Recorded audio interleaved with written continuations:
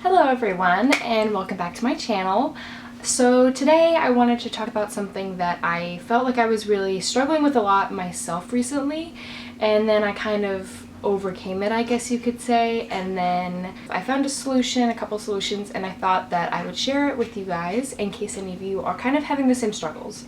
I wanted to talk about a couple of reasons why your makeup probably isn't going on properly, smoothly, it's turning out muddy, it is moving around, just all the kind of things that make it to where it's just not applying the way that you want it to. And I've kind of put together 5 different reasons why this could be happening and kind of a couple solutions that you guys could do about it.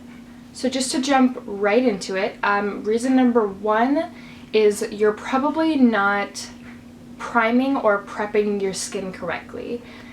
I think a lot of people know that your face is sort of your canvas to the makeup that you're applying, and so if you don't have a proper canvas, your products and everything aren't going to go on smoothly. And so the things that kind of go into priming or prepping your skin would be exfoliating, making sure that you don't have any unnecessary textures on your skin that you could get rid of. It would be moisturizing well enough. Makeup doesn't really like to apply to dry skin, especially like kind of drying things in powders. My skin tends to get very bumpy on my nose, especially. I don't quite get like blackheads or anything, but it's just sort of like a buildup of just kind of grime and dirt. And so I personally like to use a chemical exfoliant, a chemical peel as some people call it. But I also have just a really gentle exfoliator that I do about once a week. A lot of people will use an exfoliant as their daily cleanser, and personally I don't recommend this. I used to do this a long time ago, but it resulted in me having really bad cystic acne because I was using like a scrub every single day. It was just tearing my pores open to allow dirt and other things to get in there, and it was causing these really deep kind of like cystic type acne on my face, and it was just really not cute and I didn't like it. So if you're using a like microbead type exfoliant every single day, I would really cut it back to probably once a week, and that will keep the texture away so that your makeup can go on smoothly. Moisturizing is also another really important thing to prep your skin before applying makeup, especially in really delicate areas like under the eyes. A lot of people experience like kind of patchiness or creasing underneath the eyes when they try to apply like a concealer.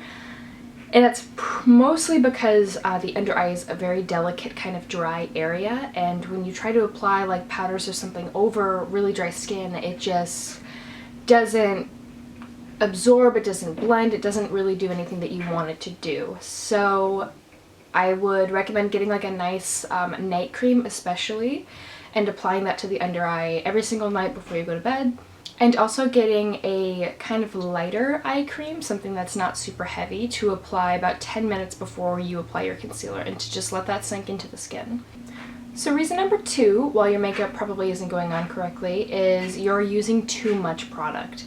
This is a huge issue for like eyeshadows, foundation, concealer especially. If you want to kind of have a full coverage look, you need to make sure you're using the right products for that, but the answer is not to just pile it on there. Especially, like I was saying before, the under eye area is very thin skin, it's very delicate, and when you just kind of pack on product, it will seep into fine lines, and it will just kind of get chunky, and it will not really want to sit there correctly.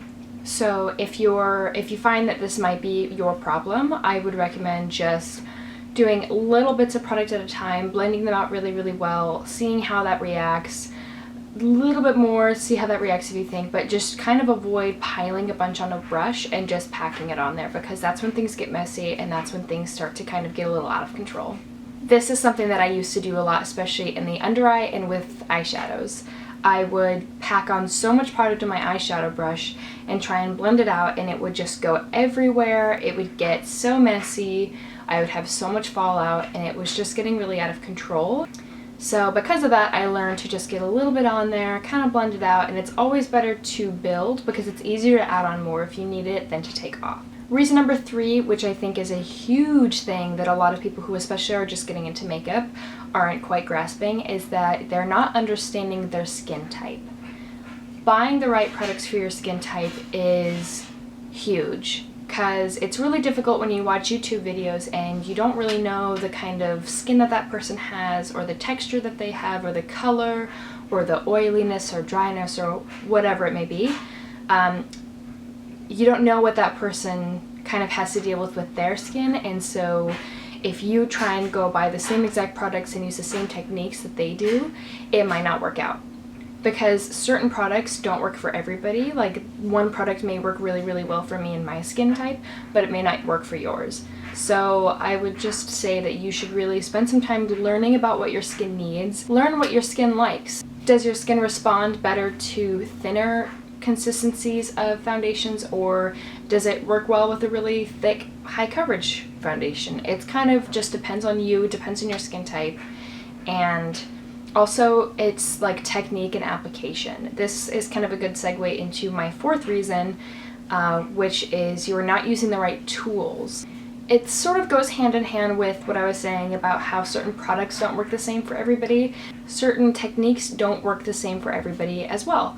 So, for example, I know a lot of people are huge fans of using a beauty blender to apply their makeup, and I went out and I bought one, and I'd say I've probably been using it for like 6 months, if not more, and I was finding that every time I tried to put on foundation, I feel like I was using so much product and it was not getting the coverage that I wanted, and it would be really patchy, and it would like cling to certain areas and just not work with others. And I actually switched back to using one of those flat foundation brushes with a little bit thinner consistency of foundation, and it is working 100 times better. I think I'm just gonna kind of save my beauty blender for like under the eye concealer and everything, because for my foundation personally, it just does not work out well for me. So if you're using a technique or you're using a certain tool and you're finding that it just isn't working the same that it's working for everybody else, try a few different things. Try a couple different foundations, try a couple different brushes. One day use a beauty blender, the next day use a foundation brush, the next day use a flat top kabuki brush. Like, just whatever you can think of, because it takes practice and time to learn what works best with your skin. And kind of on the similar topic of tools, my last tip on why your makeup isn't going on correctly is because you have dirty brushes.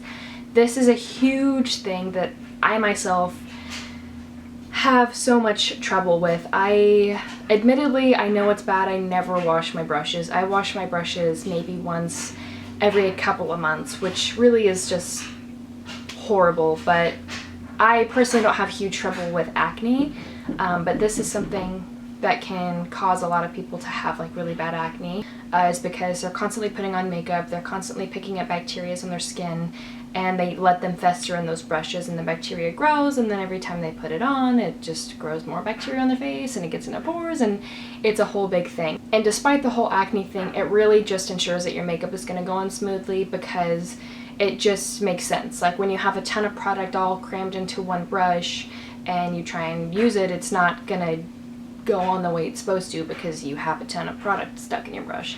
So regularly cleaning your brushes, understanding your skin type, not using too much product, what was the other one? Priming and prepping your skin correctly, and using the right tools. Those are my 5 reasons why your makeup probably isn't going on the way you want it to. So if anybody can think of any other reasons that they've heard of or they've experienced themselves, by all means put it in the comment section, because we all want to help each other. And I know that I am not perfect with my skin and my makeup.